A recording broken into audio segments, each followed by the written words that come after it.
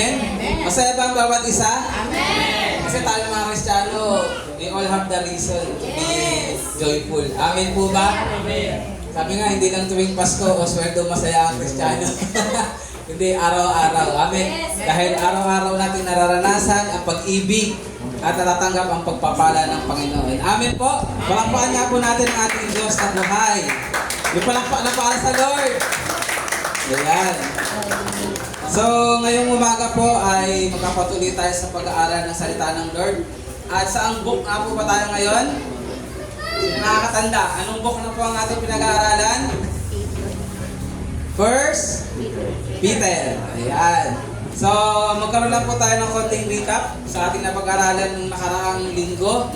Ready na po ba ang bawat isa? Ayan. So, ano nga bang trabaho ni Peter? Sa bungero ba o mangingisda? Ayun. Kaya huwag nang idikit sa kanya ang manok. Ang ididikit natin sa kanya ay yung isda. Ayan. Fishers of men. Then, at the same time, alam naman din natin na si Apostle Peter, siya ay kasama sa 12 apostles. Amen po ba sa original, ano? Wala namang peke, pero sabihin sa mga nauna.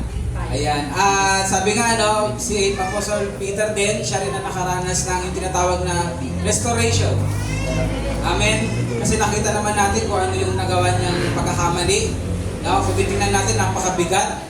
No? Dalawa sila. Actually, isa si Judas at isa naman ay si Apostle Peter. Pero sabi nga, no, nakita natin kung paano na-restore si Apostle Peter. Na sa pagtatwa niya kay Jesus ay inamin niya ang kanyang pagkakamali. Amen po ba? Sabi nga, nung nagkaroon siya ng repentance, kaya naranasan niya ang kapatawaran at naranasan niya ang restoration. At ito nga po, siya po ay nakapagsulat. Ayan, ginamit siya ng Lord para isulat ang aklat ng 1st and 2nd Peter. At last week po, ayan, napag-aralan natin na ano nga daw po ba tayong mga Kristiyano dito sa mundo? Ayan, mga estranghero. Sabi nga, although nandito tayo sa mundo, pero hindi na tayo mga taga-mundo. Amen po ba? Amen. Anong ibig sabihin nun? Saan ba ang ating tunay na tirahan? Sa langit. Ayan. Tayo ay nasaan ngayon? Tayo ay nasa journey. Sabi niyo nga po, journey. Journey. Last talaga maka-social ng word na journey. Tayo ay nasa paglalakbay. Amen po ba? At napag-aralan natin last week na as strangers, no? Bilang mga Kristiyano na stranger dito sa mundo, ano yung tatlong bagay na dapat dapat natin laging matandaan? Una, we should never lose our spiritual identity along the way. Amen po ba? Kailangan hindi ikaw ang nagagaya sa mundo, kundi ikaw ang nakaka-influence sa mundo. Amen po ba? Pangalawa, that we are ambassadors. Pag sinabing ambassadors, nararanasan natin sa kanila kung ano nga ba yung sinasabing tayo ay belong sa kingdom of God. Amen? At ang panghuli, we are living in a hostile environment. Ibig sabihin, let us now keep being faithful. Amen po ba? Despite po na nararanasan natin na meron po mga persecution, sabi nga, pag sinabing hostile, unfriendly, sila yung mga talaga nagre-resist sa atin, but then, ano yung napag-usapan natin doon? Sa ilang tao, napapakitaan mo ng mabuti. Sa ilang tao, na iahayag mo ang kabutihan ng Lord, ang mabuting balita, lagi mong tandaan, meron at merong tatanggap sa Panginoon. Amen po ba? But then, nabanggit din natin last week na sinabi ng Panginoong Hesus, hindi naman iisa lang ang tatanggap. Bakit? Kasi the harvest is plentiful. Amen po ba? Amen. Masaya ba tayo na marami nang aanihin? Amen. Kailangan masaya tayo. Kasi actually, ang trabaho po natin talaga ngayon ay taga-harvest. No? Marami na nagtanim. Sabi niyo nga po, marami na nagtanim. Kung iisipin natin, ang sarap, di ba? Halimbawa, sino rito yung may mga tinitirhan na maraming lupa? Yung maraming taniman. Halimbawa ganito, lilipat ka ng bahay sa batuhan. Di ba? Bahay mo, bato. Tapos ngayon lilipat ka sa bahay na maraming mga lupa o pagtataniman. Di ba ang sarap kung paglipat mo doon, may nakatanim ng papaya, may nakatanim ng malunggay, Amen? May nakatanim ng mga talbos ng kamote. Pero ang totoo, hindi naman ikaw ang nagtanim. Amen po ba? Ano na lang gagawin mo? Mag-harvest. So, ganun po yung nangyayari na ngayon sa panahon natin. Sinabi na mismo ng ating Panginoong Hesus, ito na po ang panahon ng pag-aani sa mga kaluluwa. Kaya nga po, ang gawain natin ngayon ay mag-harvest. Amen po ba? Amen. Ibig sabihin, sa bawat tao na isesyaran mo, kapatid, napakalaki ng porsyento na yung tao na yan ay hinug na. Na ang taong yan ay alam niya na sa sarili niya na kailangan niya ang Panginoon.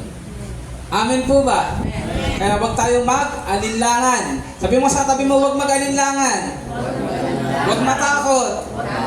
Wag mahiya. Share mo na si Jesus.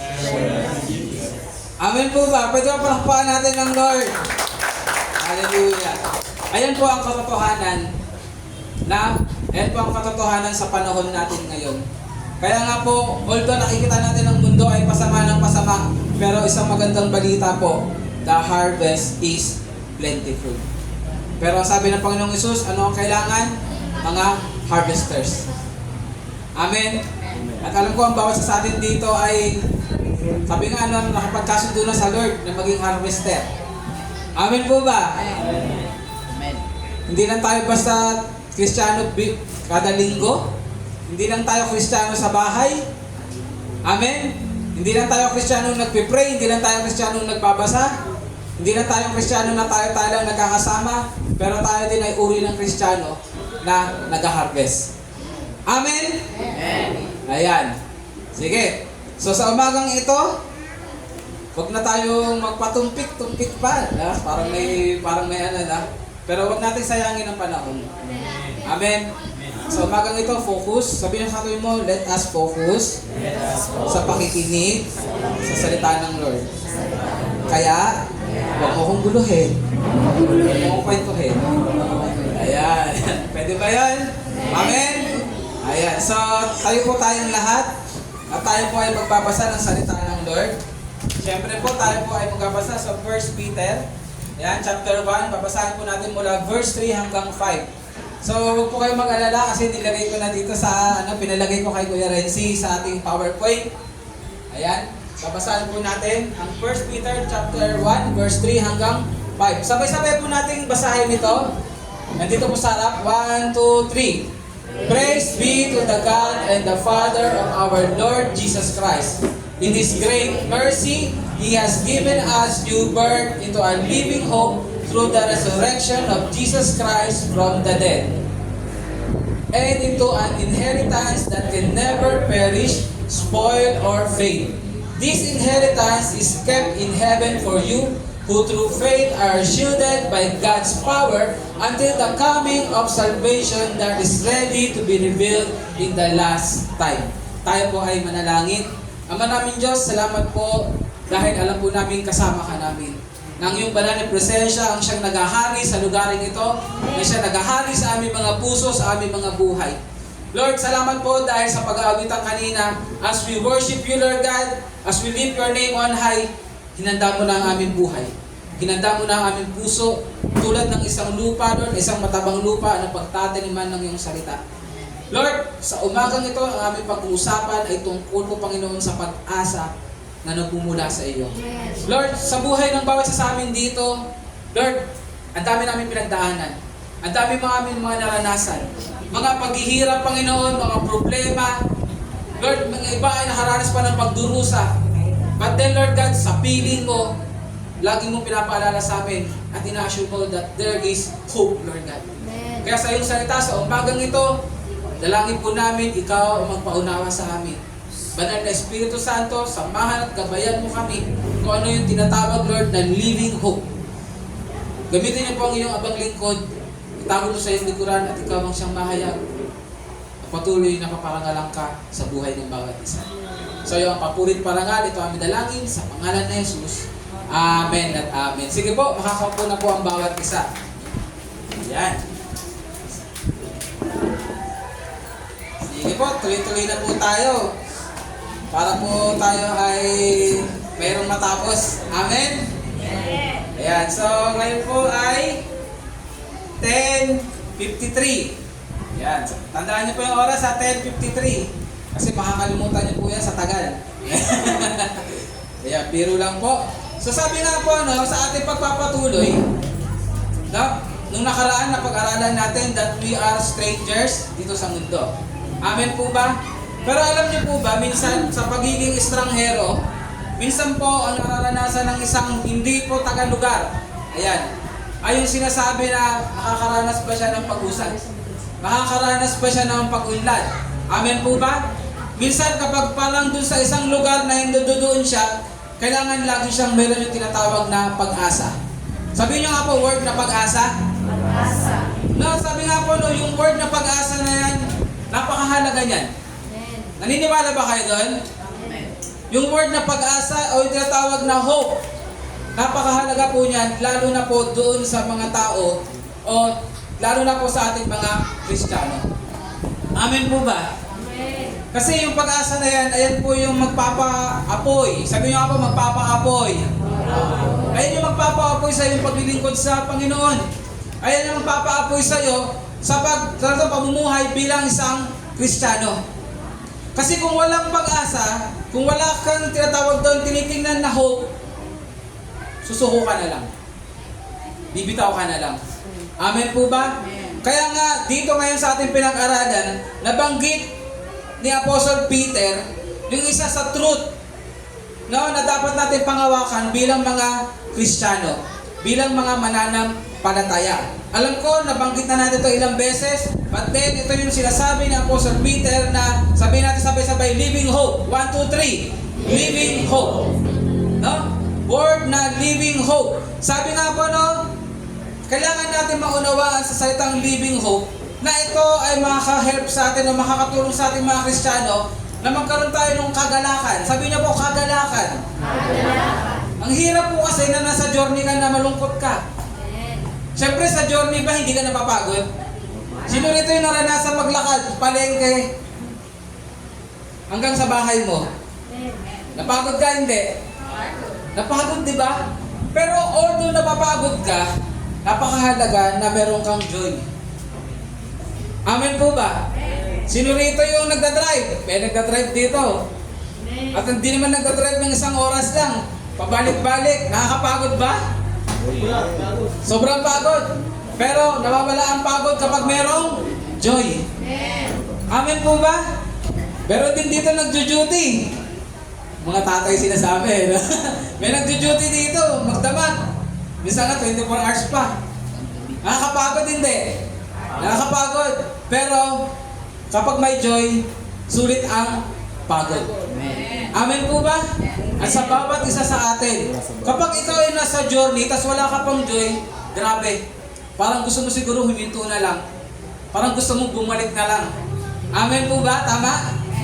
Pero kapag meron kang joy, kahit nakakapagod ang journey, magpapatuloy ka. Kahit nakakapagod ang paglalakbay, magiging unstoppable ka. Amen po ba? Kaya nga ngayong umaga, sinasabi nito ngayon ni Apostle Peter, ang kahalagahan ng salitang living hope. Dahil ito ang kailangan ng mga Kristiyano para sa ating paglalakbay habang tayo nandito sa mundo, patungo doon sa ating eternal, no? Eternal na tahanan, na habang wala pa tayo doon, ay magkaroon tayo ng joy. Gusto niyo ba yun? Yes. Na kahit nahihirap, pero nakangiti ka pa rin. Na kahit na minsan umiiyak, pero nakakangiti ka pa rin. Kahit minsan talaga nangyayari, nagdadapa, tatayo at nakakangiti ka pa rin. Amen po ba? Ayun yung mahalaga. Ayun yung kailangan sa ating mga Kristiyano. At ang kagandahan dyan, itong living hope na to, ito ay hindi tayo ang maghahanap. Sabi mo sa katabi mo ngayon, hindi mo to hahanapin. Sabi mo, bakit? Kasi ang Lord ang nagbigay nito. Amen po ba? Kaya gano'n ang ating Diyos.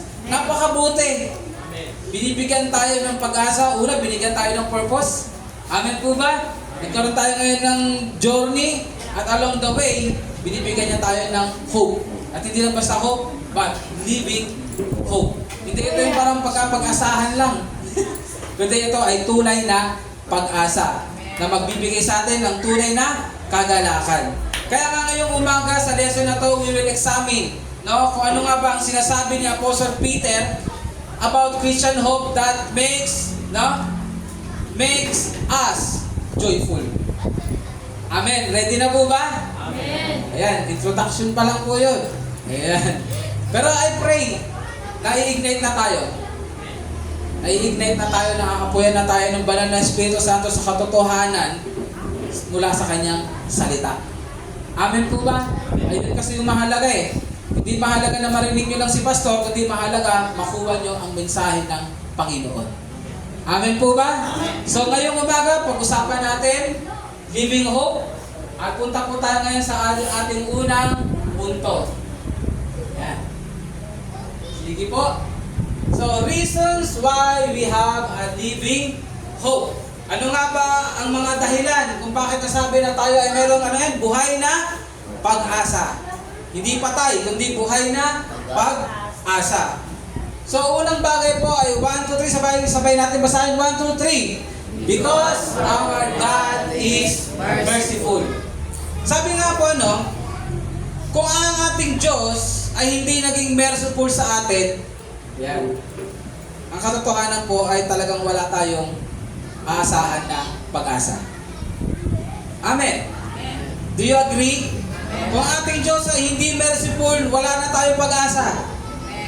Sa kalagayan natin na wala tayong magawa sa ating mga kasalanan, sa kalagayan natin na wala tayong kapangyarihan na gapiin ang kasalanan at ang kamatayan, kung wala pong mercy ang ating Diyos, ang katotohanan, wala na talaga tayong pag-asa.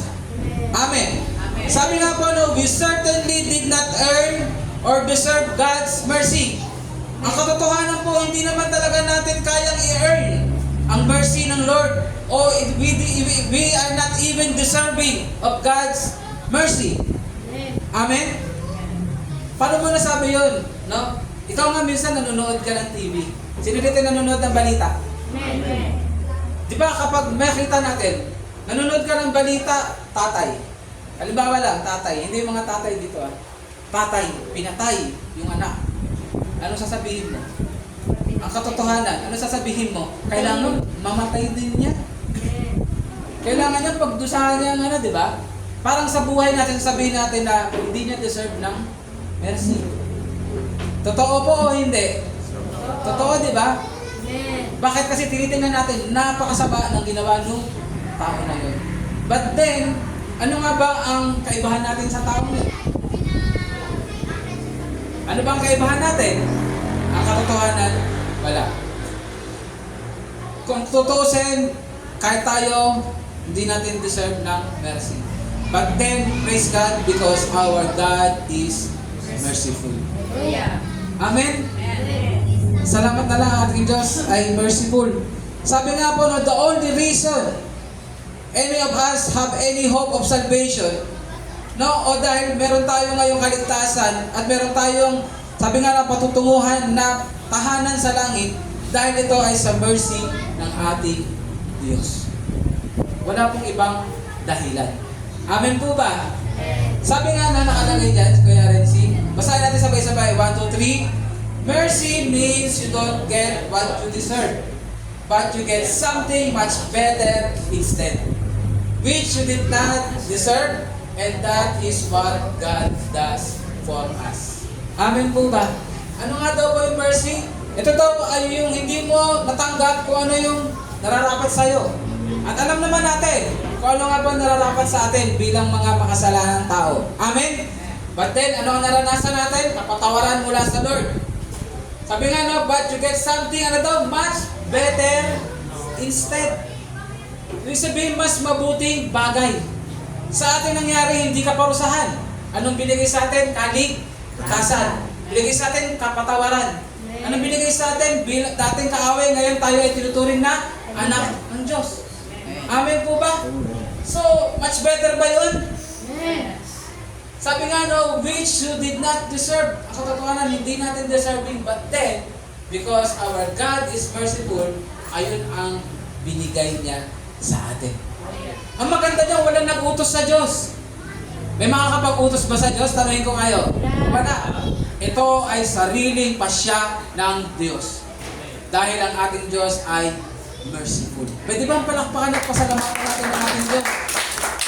Kaya tayo may tinatawag na living hope because our God is merciful. Sinabi nga po, praise be to the God and Father of our Lord Jesus Christ in His great mercy. Ano daw po?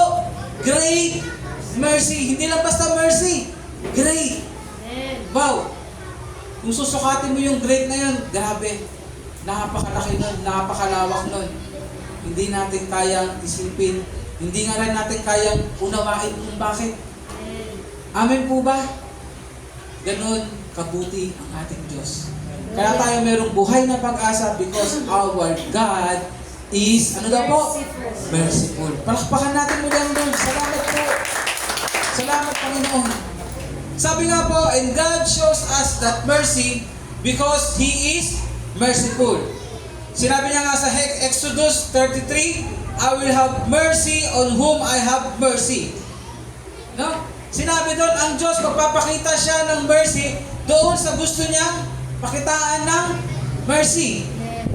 But then, ang tanong, may pinipili ba ang Diyos na pakitaan ng mercy? Wala. Kaso nga lang, ang pagpapasya lagi ay nasa tao. Amen? But then, sabi nga po, our God is merciful. Sabi nga, God isn't merciful because we are worthy of that mercy. God is merciful just because He is a merciful God. Hallelujah. Salamat na lang dahil ang ating Diyos ay merciful. Hindi siya yung Diyos na nagtatanim ng sama ng loob. Yan. Hindi siya yung Diyos na hindi marunong magpatawad. Amen? Sinabi nga, no, our God is slow to anger, abounding in love. Amen po ba? Dahil sa kanyang pag-ibig, siya rin ay merciful. Amen? So sabi nga po, no, sige Kuya Renzi. Yan. The basis for our hope lies in the abundance of God's mercy. Ano yung mga nakalagay dyan? Sabi nga po, no, ang basis ng ating pag-asa, ito ay tatawag doon nakadikit, no? Sa kung gaano kayaman ang mercy ng ating Diyos sa bawat isa. Sabi nga po, ang mercy ay ipinagkaloob sa atin ng Diyos nung tayo ay mga makasalanan pa. Amen po ba? Sabi nga, no, while we were still sinners, sinabi po yan sa Romans chapter 5, verse 6 and 8. Amen? Next, ang mercy po ay napagkaloob sa atin nung tayo ay, no, nung ating pinagkaloob, no, ang ating pananampalataya at pagtitiwala sa ating Panginoong Jesucristo. Amen.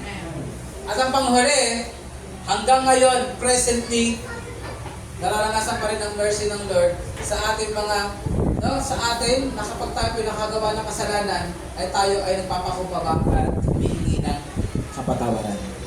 Amen po ba? Siguro minsan dito, sa bawat isa sa atin, kapag may nagawang kasalanan ng kapwa natin, tas inulit, sabihin natin ang tikas ng ulo mo. Tama po ba? Sa mga magulang, di ba? Hindi ka na natuto. Nababanggit natin minsan, parang wala ka ng pagbabago. Amen? Pero alam niyo po, ang ating Diyos, hindi siya ganun.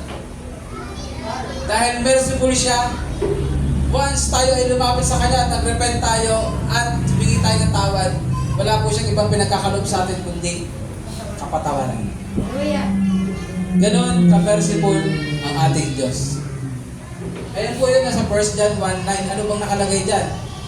If we confess our sins, ano nakalagay dyan?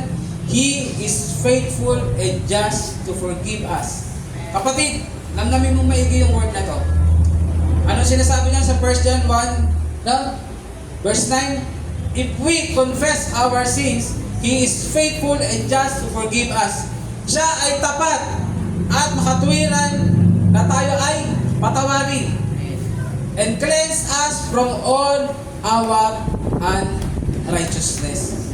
Ibig sabihin, linisin tayo sa lahat ng ating mga nagawang karumihan. Yung mga karumihan na naidulot sa atin na paggawa natin ng kasalanan. Gano'n ka merciful ang Lord? Pinatawad ka na. Ano bang ginawa? Nilinis ka pa.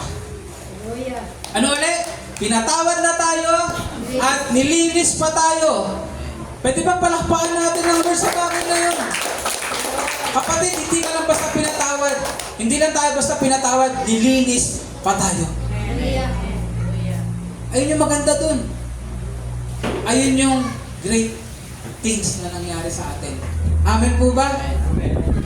Ayun po yung unang bagay. Why we have a living hope? Because, sinasabi nga po ng Apostle Peter, because our God is merciful.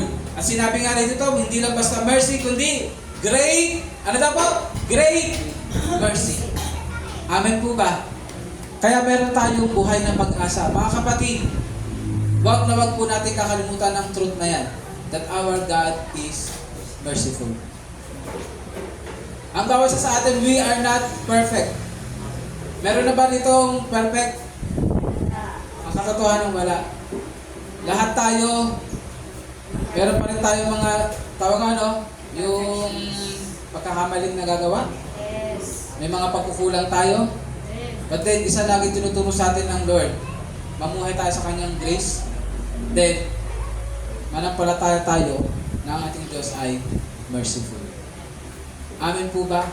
Para along the way sa journey, habang nandito tayo sa mundo, no? Lagi mong tandaan, may Diyos na merciful. Kapag natumba ka, handa kang patawarin. At anong sunod? Handa kang linisin. Amen po ba? Not because we deserve it, but because God is merciful. Amen? Anong ibig sabihin ng mga kapatid? Ano yung tinutukoy? Ibig sabihin sa journey, kaya mong magpatuloy. Kapatid, ito yung katotohanan. Sa journey natin dito sa lupa ngayon, patungo sa langit, kaya natin magpatuloy. Ano man ang mangyari, binibigyan tayo ng rason ng Diyos na makakapagpatuloy tayo. Sabi mo nga sa kapatid natin ngayon, sa katabi mo, makakapagpatuloy ka kapatid.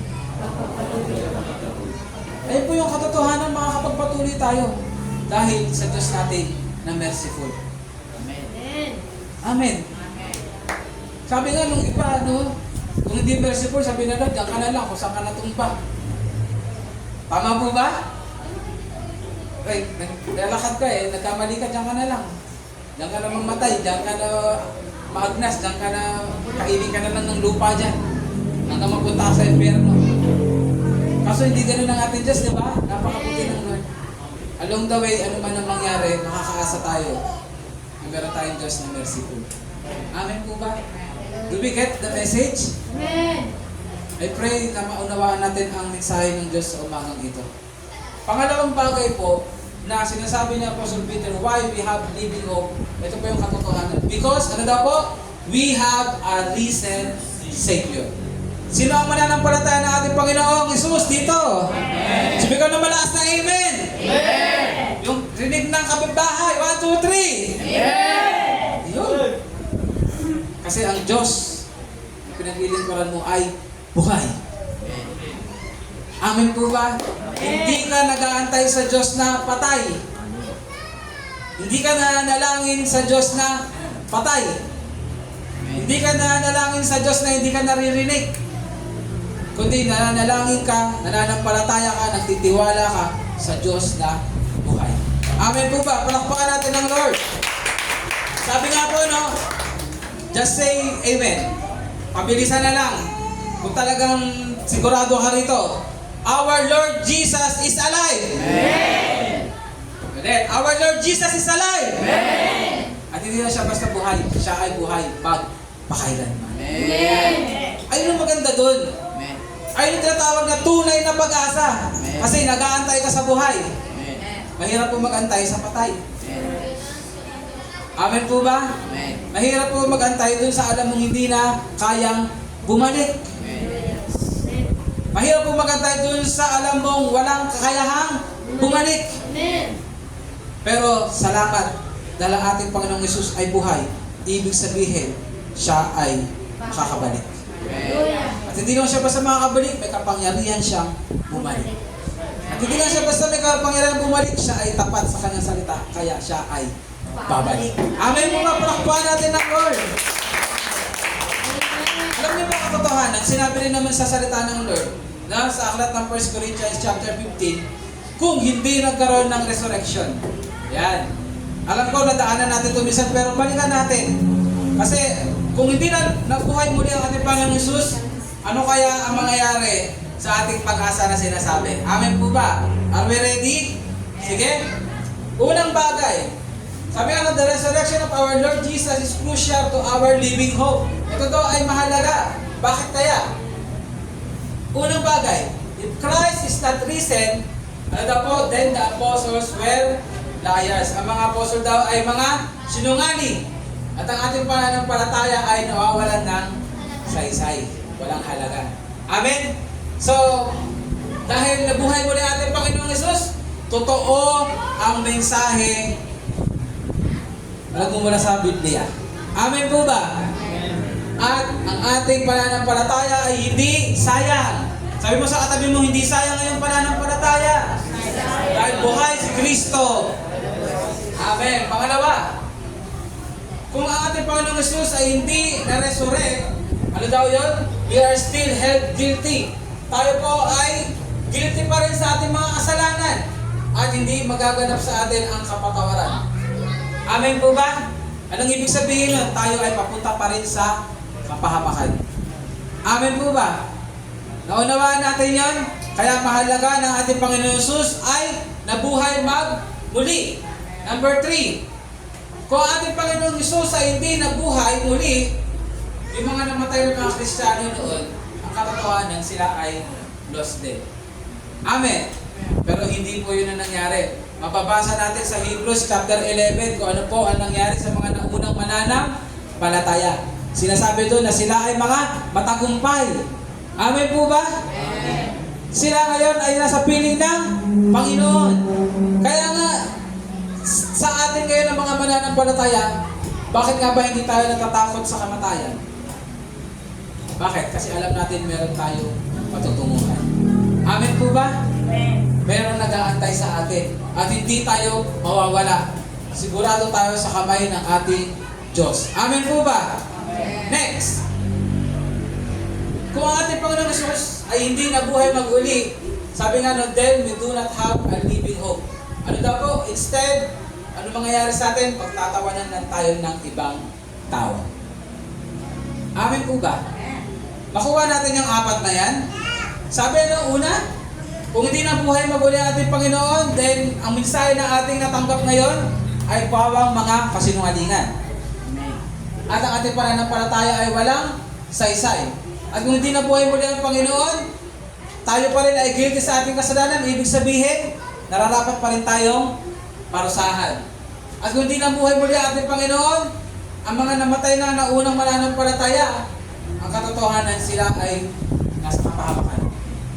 At panghuli, wala tayong masasabing living hope at actually katulad din tayo ng iba. Amen po ba? But then, ano ang nangyari? Buhay baba uli mag-uli ang ating Panginoon? Amen. Ibig sabihin, yung mga nakalagay dyan, hindi yan ang nangyari. Dahil buhay ang ating tagapagligtas. Amen. Ang lahat ay tunay na mayroong kabuluhan. Ang ating pag-asa ay buhay. Kapatid, buhay. Bakit? Kasi buhay ng ating tagapagligtas. Amen po ba? Amen. Are you happy? Yes. Pag nalaman mo na ikaw ay nasa journey, yan. Kasi sinabi ng Lord, di ba? Sa Matthew chapter 28, sa tawag doon sa Great Commission, ano yung sa dulo? Then I will be with you to the very end of the age. Ibig sabihin, sasamahan tayo ng Panginoon. Pero ang maganda nito, along the journey, alam mo, hindi bato lang ang bitbit mo.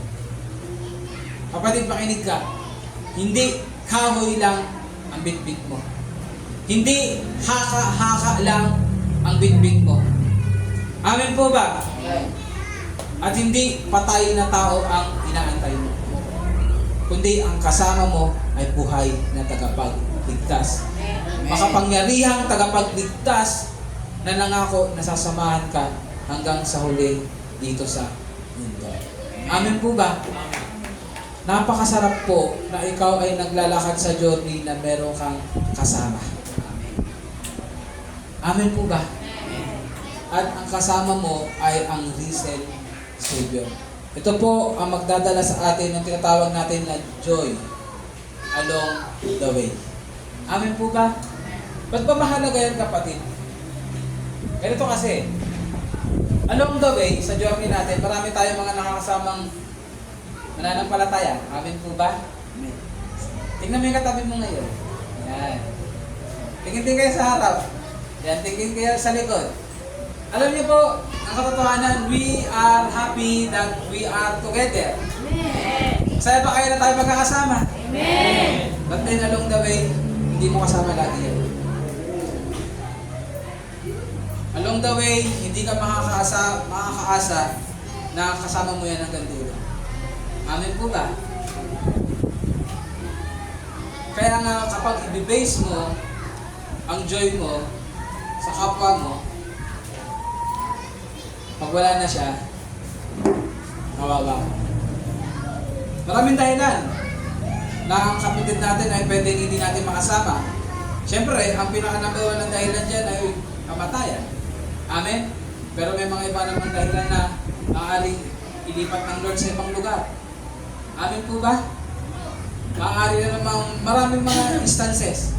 But then, anong sinasabi sa atin ng Lord ngayon? Along the journey, yes, napapalakas tayo ng kapwa natin mananampalataya. But then, the truth is, di natin lagi silang kasama. Kaya, let us remain focused kung sino ang kasama natin ng pakailan. Amen po ba? Amen. At sino yun? Ang ating Panginoong Jesucristo. Amen. At hindi lang siya basta kasama natin, siya ay buhay, makapangyarihan. Amen po ba?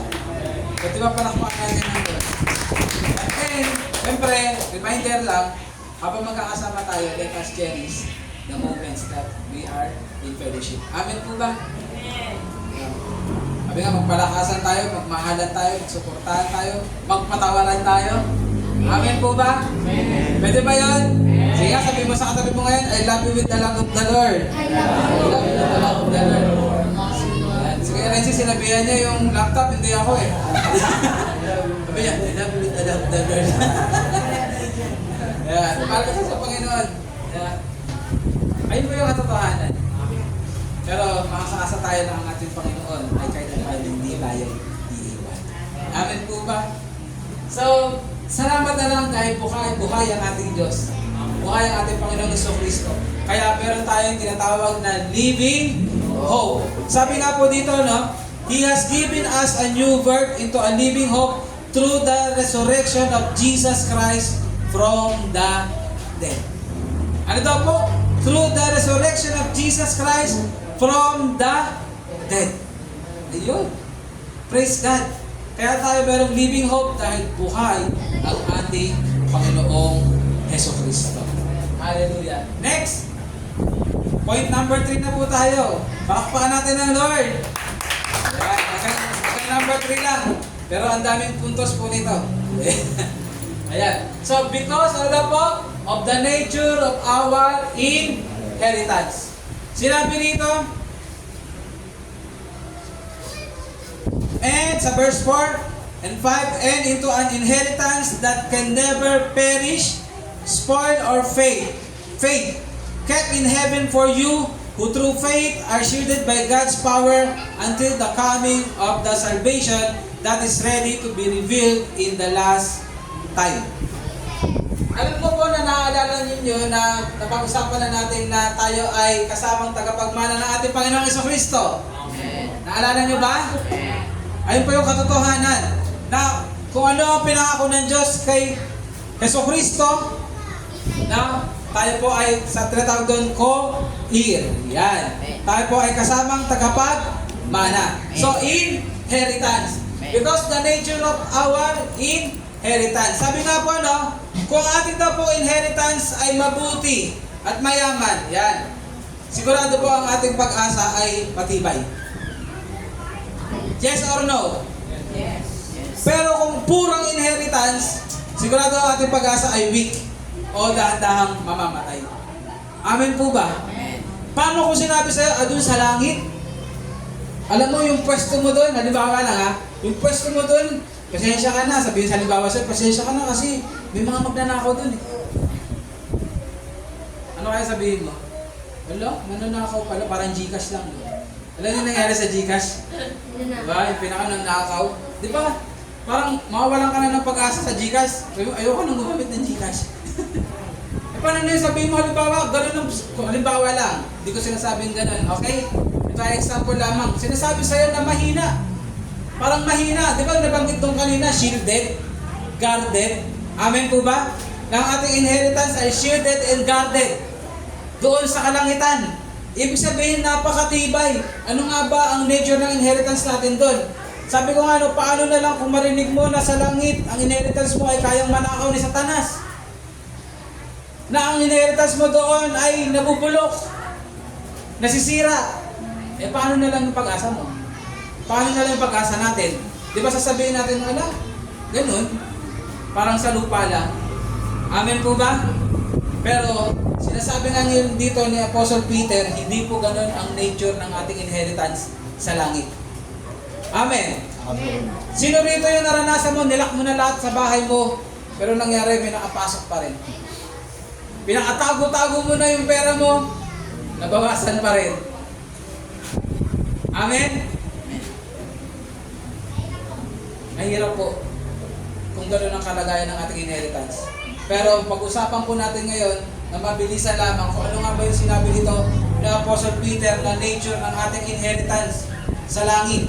Una, sabi nga po, no, the degree of hope we have is directly related to the inheritance we have. Anong ibig sabihin? No? Ang ating pong inheritance sa langit, ito po ay, basta sabay-sabay natin sabihin, 1, 2, 3, incorruptible. Anong sabihin nun? Not liable to corruption or decay. Ito daw po ay hindi nabubulok. Sabihin mo nga, hindi nabubulok. Hindi nasisira.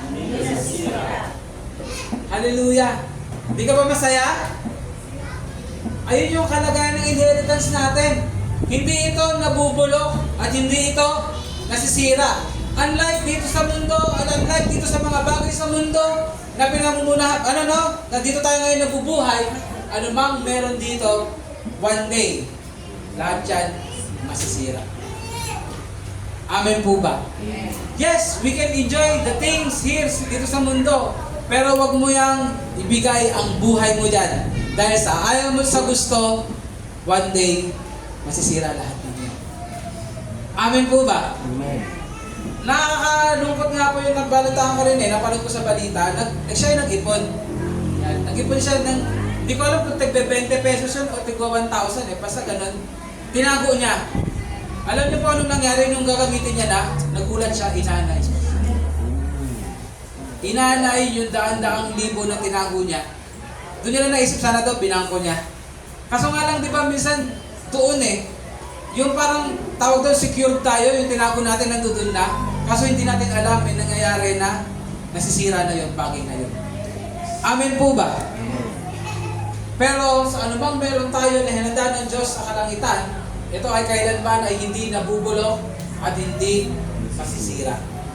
Kapatid, ito yung nag-aantay sa atin sa langit. Amen po ba? Amen. Hallelujah. Pangalawa, ano daw po? Undefiled. Ano ibig sabihin nun? Ito daw po ay not defiled, unsoiled. Ano ibig sabihin nun? Ito ay malinis. Sabihin nyo nga po, malinis. Malinis. Ito ay dalisay. Malinis. Pag sinabing dalisay, wala kang makikita anumang, tawag doon yung makikita anumang mga flaws. Yung ibibigay sa'yo ng Lord, hindi yan yung parang class A, class B, class C. Nakasang gamitan lang, hindi mo rin magagamit ulit. Amen po ba? Amen. Ito ay not defiled or unsoiled. Sabi nga po na, the place of our inheritance is where the defiled are not allowed to enter. Doon sa kalangitan, walang makakapasok doon na defiled. Amen? Sa kalangitan, bawal ang kasalanan. Amen po ba? Amen. Kaya naman, makakaasa tayo na anumang tanggapin natin inheritance mula sa kalangitan, galing sa ating Ama, ito ay pure. Sabi niyo nga po, pure. Pure. Wow. Sino rin dito sa makatanggap ng pure gold? Amen. Yan, hindi yung pure gold na pure gold, di ba? Sa ilang karat yan, tatalagin mo pa, kakagatin pa. Pag natupi, ano ba para ba malalaman kung totoo? Pag may bumakat ba o pag wala? Pag malambot, di ba? Yan, ibig sabihin totoo. Yun. May pag diamond din daw, di ba? Di ba gusto natin pure? No, yung not defiled, yung walang tawag doon, hindi siya yung, ano pong other word doon, nakalimutan ko. Yung parang, kasi naalala ko sa Taiwan not good. Tawag doon yung reject, ayun, hindi siya reject. Amen po ba? So lahat doon ay not defiled or unsoiled. Hallelujah. Gusto mo ba yung matanggap? Gusto mo ba yung matanggap? Hallelujah. Next. Ano ang nature ng ating inheritance? Ito daw po. Basahin natin 1, 2, 3. Does not fade away. Sabi po, no, it is unfading and perennial. Pag sinabing perennial, ano daw? Lasting or existing for a long time or apparently infinite time. Anong ibig sabihin nun? Mga kapatid, kaya nga sinabi sa atin ng Panginoon Jesus, di ba? Huwag kang mag-impok ng kayamanan dito sa lupa. Ulitin natin, 1, 2, 3. Huwag kang mag-impok ng kayamanan dito sa lupa. But instead, mag-impok ka ng kayamanan sa langit. Amen. Bakit daw? Kasi ang katotohanan, yung dito sa lupa, nawawala. Paulit-ulit, no? Kasi kailangan natin maunawaan. Amen. Kasi maraming tao gusto nila panghawakang yaman dito sa lupa. Amen po ba? Amen. Kaya nga may mga Kristiyano malungkot daw eh. Nung mahirap pa, nag-pray sa Lord. Lord, payamanin mo ako. Yan. Yung pinayaman ni Lord, hindi na maiwanan yung yaman. Hindi na makapagsimba, hindi na makapag-fellowship, hindi na makapag-evangelism kasi binabantayan na yung yaman. Lord, baka may magnanakaw mo pumasok eh. Lord, sila na lang po. Susuporta na lang po. Nagbibigay ako ng pera. Kapatid, your money is good, but it is not enough. Amen po ba? Ano ang sabihin ng kapatid? Wag lang puro tithes and offering. Ibigay mo rin ang buhay mo sa Panginoon sa paglilingkod. Amen po ba? Amen. Pwede ba yun? Tumapahan natin ng Lord. Kaya nga mga kapatid, kapag nag-impok ka ng kayamanan sa langit, makakaasa ka. Ano? Una, hindi ito masisira. Hindi ito mabubulok. Pangalawa, ito ay pure. Amen? Pangatlo, ito ay pangwalang hanggan. Amen po ba? Amen. Gusto mo ba yun? Amen. Sabi nga, kahit ayaw mo, ayun yun eh. Ayun ang tatanggapin natin. Ayun ang nag-aantay sa atin sa kalangitan. Sabi nga po, no, such is our heavenly reward. Ano daw po? It will not rust, it will not fade, it will not wither like so many things do here on earth. Kaya kapatid, hindi naman sinasabi dito na huwag ka na magsikap dito sa mundo. Amen? Magsikap ka, kung pagpalain ka ng Lord na mabigyan ka ng mga bagay meron dito sa mundo, gamitin mo all for God's glory. Gamitin mo na ikaw ay maging daluyan ng pagpapala. Anong ibig sabihin nun? Nagagamit mo ito sa kabutihan, nagagamit mo ito sa kapwa mo. Bakit? Ito po ay nagpapakita na hindi mo pinangahawakan ang mga bagay na iyan. Amen po ba? Amen. Ibig sabihin, ito ay nagpapakita na ang pananampalataya mo at pag-asa ay sa Diyos, hindi sa mga bagay na meron dito sa mundo. Amen. Amen po ba? Amen. Anong other words? Huwag kang magpaalipin sa bagay dito sa mundo. Ano kailangan mangyari? Hayaan mo na ang mga bagay dito sa mundo ang magamit mo. Amen po ba? Amen. Ayun po yung dapat mangyari.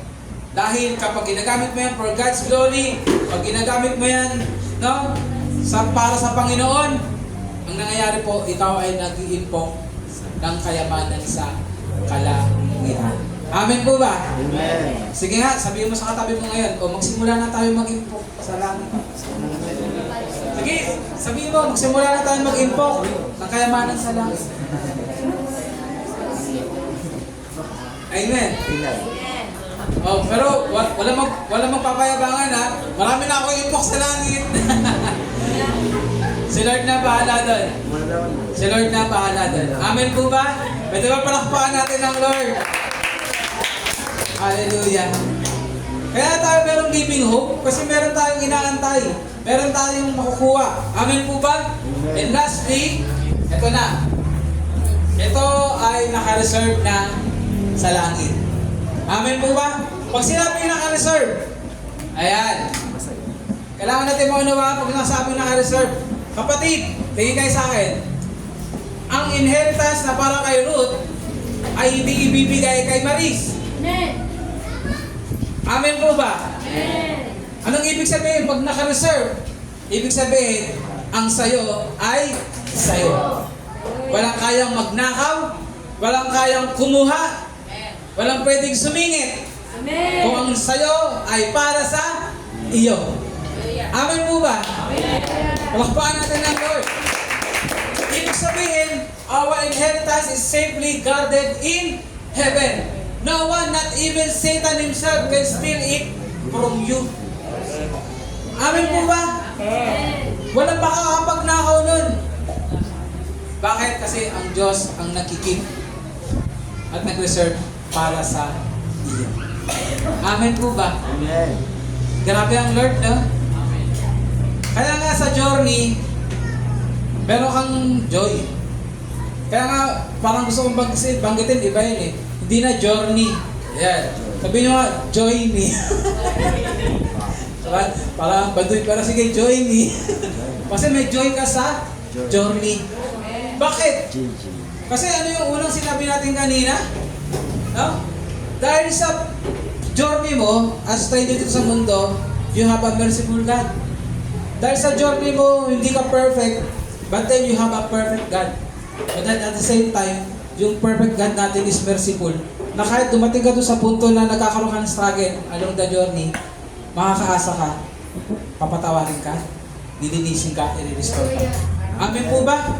Pangalawa, along the journey, may kasama kang Savior na buhay.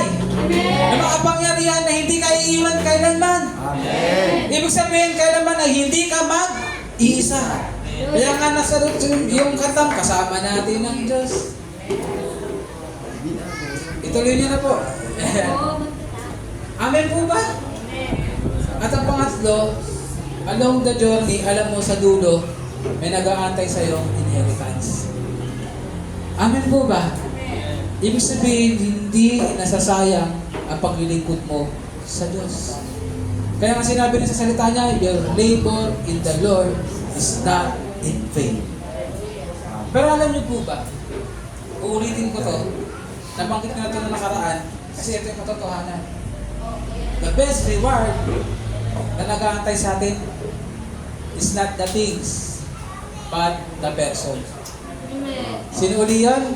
Ang ating Panginoong Jesus Cristo. Amen po ba? Ayun po ang pinaka-the best doon. Kaya nga, sinasabi sa atin ngayon ni Apostle Peter, along the way in our journey, we have a living hope. Kapatid, huwag kang mawalan ng pag-asa. Kailangan buhay ang iyong pag-asa. Ang Diyos ang magbibigay sa iyo ng kagalakan, ang Diyos ang magbibigay sa iyo ng kalakasan, ang Diyos ang magbibigay sa iyo ng pag-asa. Magpatuloy ka na. Sabihin mo nga sa katabi natin, magpatuloy ka. Sabihin natin, magpatuloy tayo kapatid. Buhay ang ating pag-asa. Amen. Palakpakan natin ang Lord. Kaya naman, sa mga next na pag-aaralan natin, magdidig in tayo sa book of 1 Peter. Bakit nga ba binabuti ni Apostle Peter na simulan that we are strangers in the world? Bakit na sa mga listeners niya, sa original, no? Sa mga original na recipient ng letter niya, sinabi niya that they are strangers, that they have living hope. Sa susunod na pag-aaralan natin, mas mauunawaan natin ng maigi. Amen po ba? But then, sa pagsisimula natin, ito yung truth na kailangan natin panghawakan, that through our God, through our Savior Jesus Christ, ano daw po? We have a living hope. Buhay ang ating pag-asa. ay inaantay tayo na magbabalik sa atin. Amen po ba? Palakpakan natin ng Lord at tayo pong lahat ay tumayo. Hallelujah. Tayo po ay manalangin. Hallelujah. Ama namin Diyos, salamat po muli sa assurance na pinagkaloob mo sa amin sa umagang ito na mula sa iyong salita. Salamat Lord God dahil pinakita mo na buhay ang aming pag-asa. Na Lord, sa aming paglilingkod sa iyo, sa aming pong journey Lord God, dito sa mundo as strangers Lord God, as foreigners Panginoon, along the way Lord God, sa pagpunta namin Lord sa aming eternal Lord God na home sa heaven, kasama ka. Binibigyan mo kami Panginoon ng buhay na pag-asa. Unang bagay Lord God, dahil along the way, alam namin Lord God, maraming kaming pagkukulang. May mga panahon Lord God, na kami ay bumabagsak. May mga panahon Lord God, na kami ay nagkakamali. But then, you assured us Lord God, that you are a merciful God. Ikaw ang aming Diyos na handang magpatawad. Ikaw ang Diyos, Lord God, na maawain. Na sino mang lumapit sa iyo, Lord God, ay hindi, Panginoon mo, tinatakwil. Ang sino mang mapagpakumbaba, Lord God, sa iyong harapan, humingi ng kapatawaran, wala kang ibang gagawat kundi, Lord God, awa at kapatawaran. Sa bawat nanghina, sa bawat bumagsak, pag tumawag sa iyo, iyong muling itatayo at iyong muling lilinisin at gagabayan. Lord, ito yung nagpapakita how merciful you are. Kaya Lord, we have that living hope. Pangalawa po, because our Lord Jesus Christ is alive forevermore. At sa pangahawakan namin yung pangako niya na sinabi niya that He will be with us always to the very end of the age. Ibig sabihin kahit kailan, hindi kami mag-iisa. Amen. Dumating man ang panahon na kasama namin sa paglilingkod, kasama namin sa ministeryo, ay hindi na namin makasama sa anumang dahilan. Malungkot man kami, pero dahil kasama namin ang Panginoong Yesus, babalik ang joy, babalik ang strength, babalik ang sigla. Dahil Lord, sinabi mo nga, kasama ka namin.